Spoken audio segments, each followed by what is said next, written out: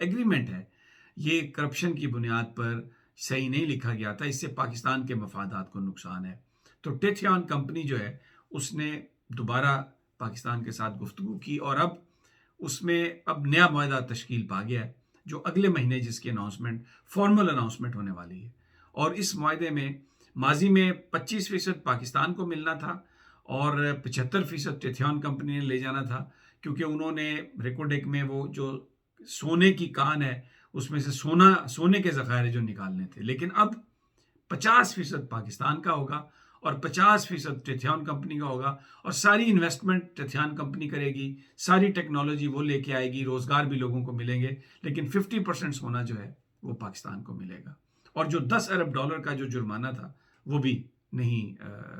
پاکستان کو پے کرنا پڑے گا۔ تو اب یہ بالکل ایک نیا معاہدہ تھا جو اگلے مہینے شاید اناؤنس ہونے والا ہے۔ تو جو اس وقت جو بھارت ہے وہ یہ بھی نہیں چاہتا کہ یہ معاہدہ اس پر بھی عمل درآمد ہو اور پاکستان میں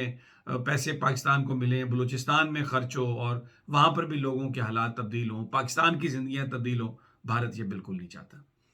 پھر اس کے بعد ایک اور منصوبہ سینڈک کا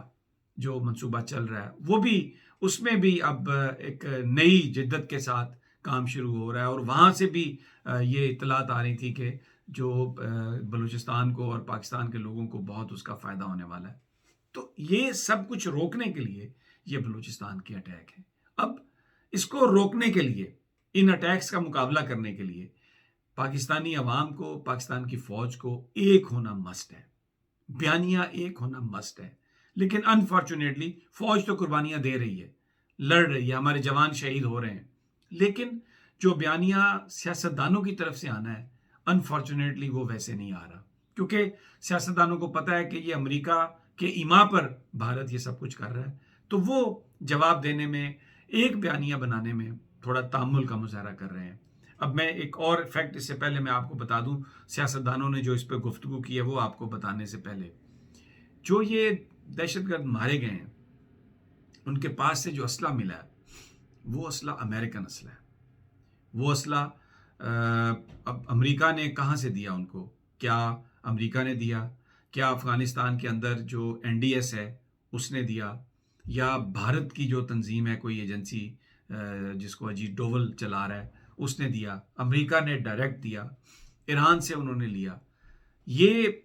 ایک بات بالکل واضح ہے کہ ان کے پاس اسلحہ وہ امریکہ سے تھا، وہ امریکن اسلحہ ہے اور بڑا جدید اسلحہ ہے، جس کے اوپر گاگلز لگی ہوئی ہیں، جس کے اوپر یعنی وہ پرانا وہ جو تھا وہ معاملہ نہیں ہے، یہ کوئی کلاشنکوف والا معاملہ نہیں ہے، انتہائی جدید اسلحہ، نائٹ گاگلز، اور پورا ان کے پاس سسٹم ریکی انہوں نے کی ہوئی۔ اور یہ کوئی ایک دو بندے نہیں تھے، اگر 10 بندے جہاں پر شہید کیے ہیں انہوں نے، چیک پوسٹ اگر 10-12 تھی تو اس پر حملہ کرنے والے تو کم از کم 20-25 ہوں گے، پوری ایک مسلح وہ ٹکڑی ہوگی۔ اور اس میں آپ یہ دیکھیں کہ ایک اور بڑا فیلئر ہے اس میں ہماری سول جو ایجنسیز ہیں ان کا، کہ اب کوئی وہاں پر، اب وہ ایک جگہ سے اٹھ کے تو نہیں آئے، مختلف جگہوں سے آئے ہوں گے، کہیں پر انہوں نے ٹریننگ کی ہوگی، پھر تو وہ اتنی آزادانہ موومنٹ اسلحے کے ساتھ، کسی پولیس نے نہیں روکا، کسی سیکورٹی نے نہیں روکا، تو ایک بہت ہی ٹیریبل یہ ایک ساری سچویشن تھی۔ اب ذرا سیاستدانوں نے جو اس پر بات کی ہے اس کو سن لیں۔ جماعت اسلامی کے سراج الحق صاحب کا ٹویٹ آپ دیکھ لیں، کیا کہا انہوں نے جناب یہ کہا ہے کہ یہ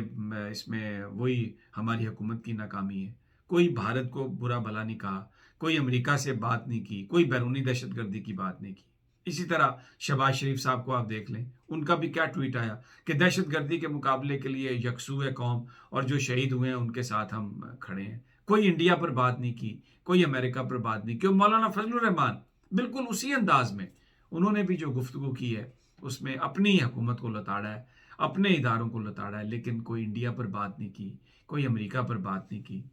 پھر سب سے بڑھ کے میں کہتا ہوں جو بلوچستان گورنمنٹ ہے، دیکھیں باپ، ایک بڑی افسوسناک بات ہے کہ یہ بلوچستان عوامی پارٹی تصور کیا جاتا ہے کہ یہ اسٹیبلشمنٹ نے بنوائی ہے، 41 ممبرز ہیں ان کے وہاں پر صوبائی اسمبلی میں، پھر ان کے سینیٹرز ہیں، Sadiq Sanjrani chairman sent in کی مدد سے بنے ہیں، اور مجھے یہ بتائیں کون سے کتنے ٹی وی پروگرامز میں آپ کو باپ کے نمائندے کوئی بھارت پر تنقید کرتے ہوئے نظر آئے ہیں، افغانستان پر ان کی حکومت سے یہ مطالبہ کر رہے ہیں کہ آپ کی سرزمین کو کیوں استعمال کیا گیا۔ اس میں ایک سامنے بات آئی ہے اب کہ یہ شاید ایران سے بھی آئے ہوں، کیونکہ اس سے پہلے دیکھیں کلبھوشن یادو جو تھا وہ ایران میں بہت ایکٹیو تھا، اور اس میں حکومت یہ سمجھتی ہے کہ نان اسٹیٹ ایکٹرز جو ہیں ایران کے اندر وہ بڑے پاورفل ہو گئے ہیں۔ مطلب یہ اگر ایران سے دہشت گرد آ رہے ہیں تو اس کا یہ مطلب نہیں کہ ایرانی حکومت کو ان کو سپورٹ کر رہی ہے، لیکن ایران سے اس معاملے کو تو آپ کو اٹھانا پڑے گا۔ بلوچستان کی گورنمنٹ کو بیانیہ بنانے کے لیے سب سے پہلے آگے آنا چاہیے، وہ بھی بالکل ہمیں خاموش نظر آئے ہیں۔ تو یہ قوم کو یکجا ہو کر اپنی فوج کے پیچھے کھڑے ہونا، اور پھر اس پوری دہشت گردی کا مقابلہ اگر ہم نے کرنے کے لیے اگر ہم اکٹھے نہیں ہوئے، فوج، عوام، حکومتیں، اپوزیشن، تو پھر بھارت جو ہے وہ اسی طرح حملے کرتا رہے گا اور اسی طرح ہمارے جوان شہادتیں دیتے رہیں گے۔ لیکن یہ معاملہ جو ہے اس میں آپ کو بھی سوچنے کی ضرورت ہے، اپنے اراکین کو کہنے کی بھی ضرورت ہے۔ آپس میں بڑے اختلافات ہوں گے، بہت کچھ ہوتا ہے، ناانصافیاں بھی ہوتی ہیں، لیکن جہاں پر آپ مقابلہ بیرونی دشمن سے کر رہے ہوں تو آپ کو اپنے ذاتی جو اختلافات ہیں ان کو بھلانا پڑتا ہے، اینڈ مل کر مقابلہ کرنا ہی پاکستان کی بقا کی ضمانت ہے۔ اگلی ویڈیو تک اجازت دیجیے، جلد ملاقات ہوگی اللہ نے کے بعد۔